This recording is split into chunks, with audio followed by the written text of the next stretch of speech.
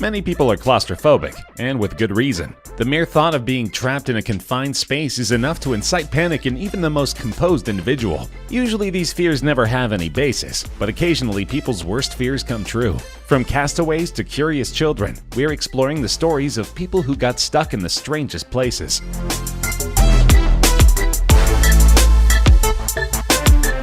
When Salvador Alvarenga, a 36-year-old fisherman from El Salvador, left his house in November 2012, he expected to be gone for a few hours at most. 438 days later, his fishing vessel was finally rescued after months at sea. It was soon after Alvarenga struck out in his tiny fishing boat that a monstrous storm hit. He and his assistant lost control of the ship's navigation and were blown almost 7,000 miles away from their original destination. The two men survived for months by catching fish and birds with their bare hands and drinking turtle blood, urine, and rainwater. I was so hungry I was eating my own fingernails, swallowing all the little pieces, says Alvarenga. Unfortunately, Alvarenga's shipmate was not so lucky. He entered a delirious state after several months and refused to eat. After he passed away, Alvarenga kept him in the boat for a full week, continuing to speak to him as if he were alive. But finally he had to face reality and pushed his partner overboard. When he was finally picked up by the Coast Guard, Alvarenga was socially starved and struggled to make eye contact with his rescuers. However, he lived to tell the tale, spending more time at sea than anyone in history. Harrison Okene was a cook aboard a tugboat based in Nigeria when tragedy struck. The boat capsized, killing most of the crew on board. Okene was lucky to survive in a 4-foot-tall bathroom that maintained a small air bubble. But for 3 days, Okene was trapped in this hellish space, with no way to signal for help and his air supply quickly running out. Experts estimate that Okene began to experience the first symptoms of carbon dioxide toxicity after about 56 hours. In the end, this usually proves more deadly than a shortage of oxygen. In the end, divers searching for bodies found his hand outstretched for help, and he was rescued, with only hours to live. The 29-year-old still has nightmares and vows never to return to the sea again. He's taken a new job as a cook on firm ground instead. Okene was the only survivor in a crew of 12 when the boat capsized. It still haunts him, but at least he escaped with his life. In 2010, the world's eyes were glued to a tiny mining town outside of Copiapo in northern Chile. This often ignored corner of the world garnered attention because 33 miners were trapped inside a copper and gold mine after a massive structural collapse. The mine, opened in 1889, had been the site of numerous earlier accidents, including an explosion in 2007 that killed 3 miners. Little was done to improve conditions before the mine was reauthorized for continued excavation by Chile's National Geology and Mining Service in 2008.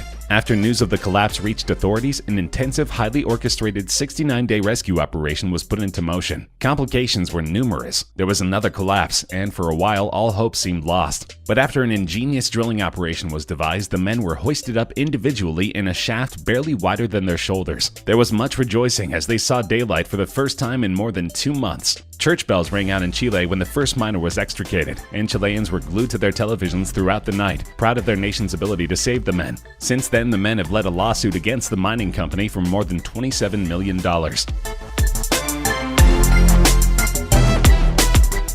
Window washing in New York City is not a profession for the faint of heart. These workers regularly scale massive buildings to keep up their appearances. Back in 2013, 2 window washers were following their daily routine, dangling around the 46th floor when a cable broke and they plummeted. Hanging by a thread by the 44th floor, they were trapped. Firefighters working inside the Hearst Tower, designed by Norman Foster to be one of the most environmentally friendly buildings in the history of the Big Apple, cut a hole into one of the windows on the 44th floor to bring the stranded men safely inside. And just to be sure, the window washers were attached to an extra safety harness lowered from the roof. While they had effectively lived through a nightmare, the men were thankful to escape with their lives. Additionally, the Hearst building is an epicenter for print media, so the event was extremely well documented, making the men famous for a day. Reportedly, they were right back at work the next day. A British father tragically died after he crawled into a rabbit hole and got stuck while out hunting with his dogs and ferrets. The man loved to hunt rabbits in his free time and was very experienced, making the incident even more mysterious. The tragedy occurred on New Year's Day 2015, and relatives were concerned when he failed to attend a celebratory lunch they had organized and raised the alarm with police the next day. His body was found by a member of the public on January 2nd, with his bottom half sticking out of the rabbit hole. He was at a 45-degree angle curved around the hole. There was a hand coming out out of the hole in between the male's legs. I could not see the other hand, said a police officer. There were scratch marks on the ground. It became obvious that the man was deceased. The man was remembered fondly by his friends and family for his generosity and good humor.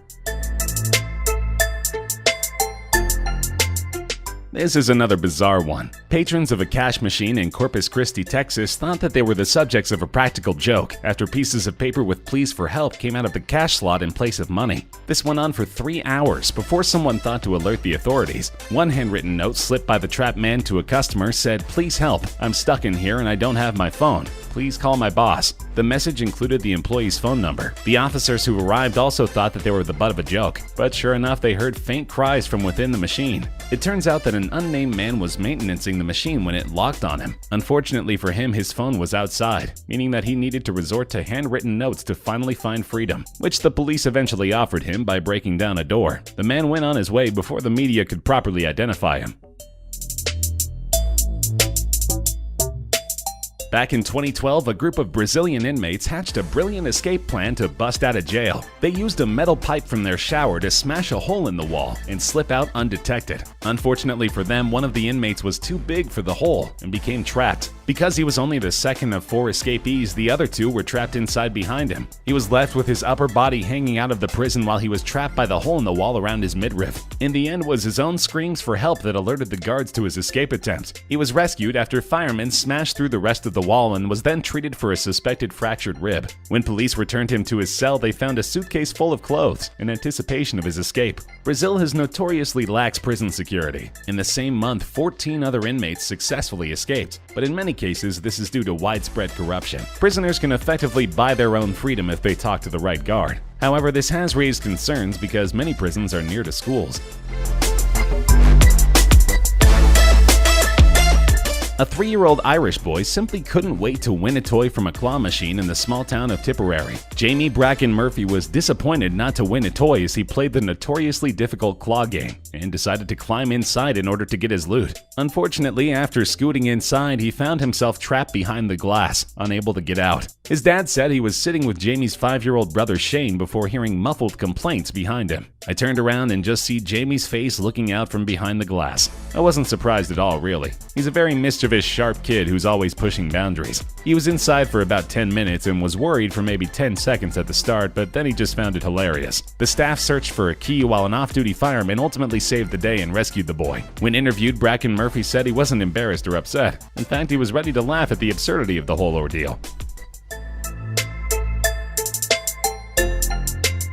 Many people have phobias of elevators, and these phobias are not unfounded. Especially if an elevator has not been properly maintained, it's not uncommon for the car to become stuck, but usually the jammed elevator can be easily restarted. Rarely does a car remain stuck for more than a day. That's exactly what happened to Nicholas White, a New York City production manager who was just going outside to smoke a cigarette. It turned out to be the longest cigarette break of his life. The elevator was stuck for a full 41 hours, during which time White had no food, water, or communication. His only sustenance was a pack of Rolaids. Rolaids aren't a very good meal, White said. The most difficult part of the ordeal, he said, was going 41 hours without water. At one point, White thought he might die of dehydration. He relieved himself by opening the elevator doors a bit and urinating down the elevator shaft. After the 41-hour nightmare, White received a settlement from the building. Unbelievable to many, he still takes elevators. In 2016, a Norwegian man had the distinctly unpleasant experience of getting trapped inside a public toilet. Cato Bernsten Larsen climbed into the toilet in an attempt to rescue a phone that his friend had dropped while using the toilet. The 20-year-old dived in feet first and stood thigh-deep in the contents of the toilet for over an hour as he waited for help.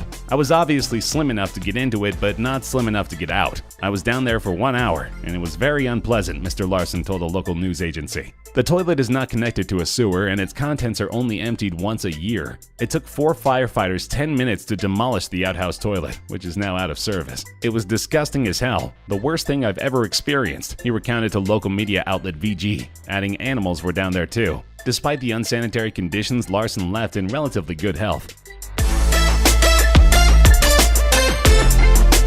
In a strange incident that nearly turned tragic, a 91-year-old French woman was trapped inside of a bank vault when the staff forgot that she was inside and locked the door. Her son became alarmed when he couldn't reach her for more than a day. The pensioner was left sealed in the high-security chamber in total darkness and without food or water when the BNP Bank in Rennes, Western France closed for the weekend. Because of her old age, it's a blessing she was not harmed. She was tired and thirsty, but otherwise in good shape and very polite, and very pleased we found her, said a police spokesperson. An investigation has now been opened to establish if charges could be brought against bank employees for negligence, the police commissioner said. A Hungarian man named András Thomas lost most of his adult life due to a clerical error. A young conscript in World War II, Thomas was relegated to a Russian mental institution because Russian authorities thought that he was speaking gibberish, when really it was his native tongue. His plight was not discovered until the late 1990s, when he was taken to a general hospital to be treated for high blood pressure and circulatory problems. There he had a chance encounter with a Russian doctor of Slovak origin, who recognized Thomas' words as Hungarian. The doctor did a little investigating. The Russian media picked up the story, and after about 2 years of bureaucratic fussing, Tomas was issued a Hungarian passport and discharged from the hospital. Of course, the damage had been done, but he's being treated as a hero in his native Hungary. Some people even call him the last prisoner of World War II. He's still adjusting to his new life in Budapest.